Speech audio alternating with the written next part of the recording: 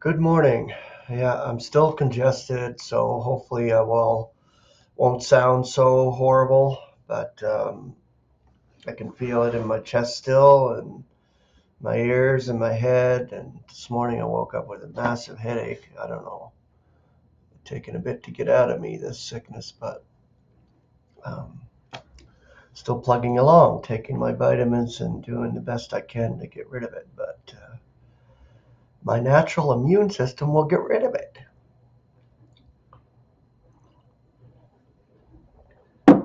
Okay. Continuing on with the 24 elders and the 4 living creatures, we're going to try to get through more today. Secondly, from what we can ascertain from Scripture. Article done by Norman Labelle. If you're just joining and didn't know who I was talking about, this is the article right here that I'm going through. Okay, so we went through the first part. Secondly, from what we can ascertain from Scripture, neither of these beings, the 24 elders of the 4 living creatures, have been given decisional powers, nor are they ever ascribed any particular powers to act or interact with others, except within the boundaries of their functions around God's throne. We can safely say they are passive in nature and purpose. We don't see them as having any power over Yahweh's physical or spiritually created beings. It's my contention that they are merely present to observe activity throughout time and space, throughout the universe. That's beautiful right there. I love that. When I read that, I was just like, yeah, that's it. 24 elders, they're watchers, they're observers of the whole physical creation. They see it all, every fine detail of it. It's amazing. They are not at anyone's service, neither man nor any angel, messenger of any rank. They serve Yahweh alone. Thirdly, Scripture nowhere indicates as to when they came into existence. They are never spoken of as chosen, quote unquote. They just are past, present, future. Hey, get down from there. What are you doing? Bop. My cat. They are referred to as elders without actually specifying how old they really are and how long they have had their duties or held their office. We are given this term elders to indicate and denote their unknowable stature relative to time. The term elder can be understood as a way to infer their longevity in time, as opposed to or compared to their rank amongst fellow beings.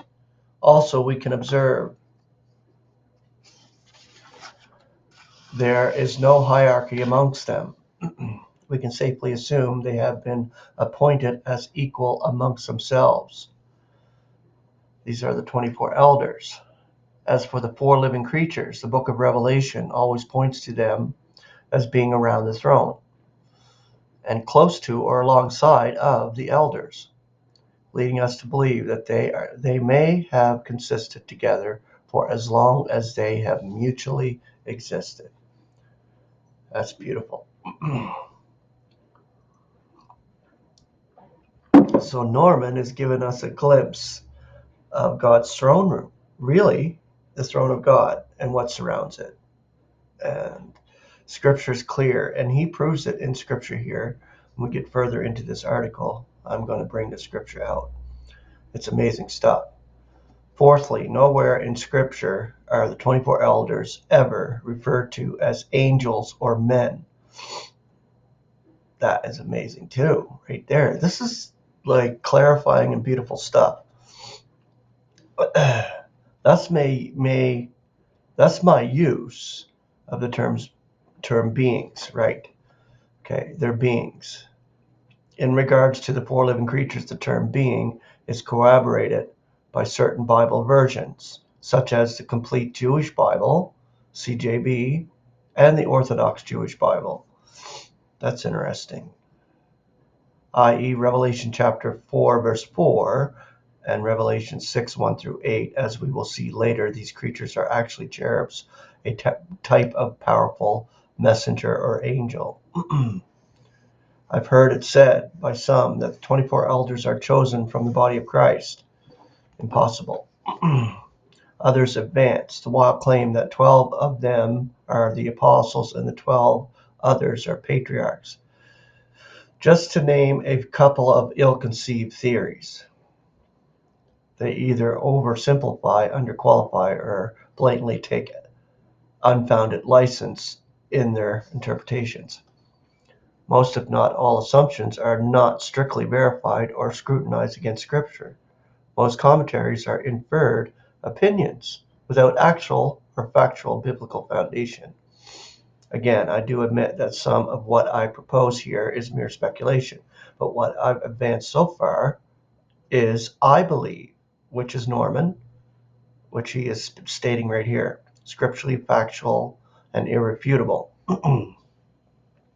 As we all, as members of the body of Christ, we can see and discern and understand what God has graced us with in understanding when we scripturally back it up.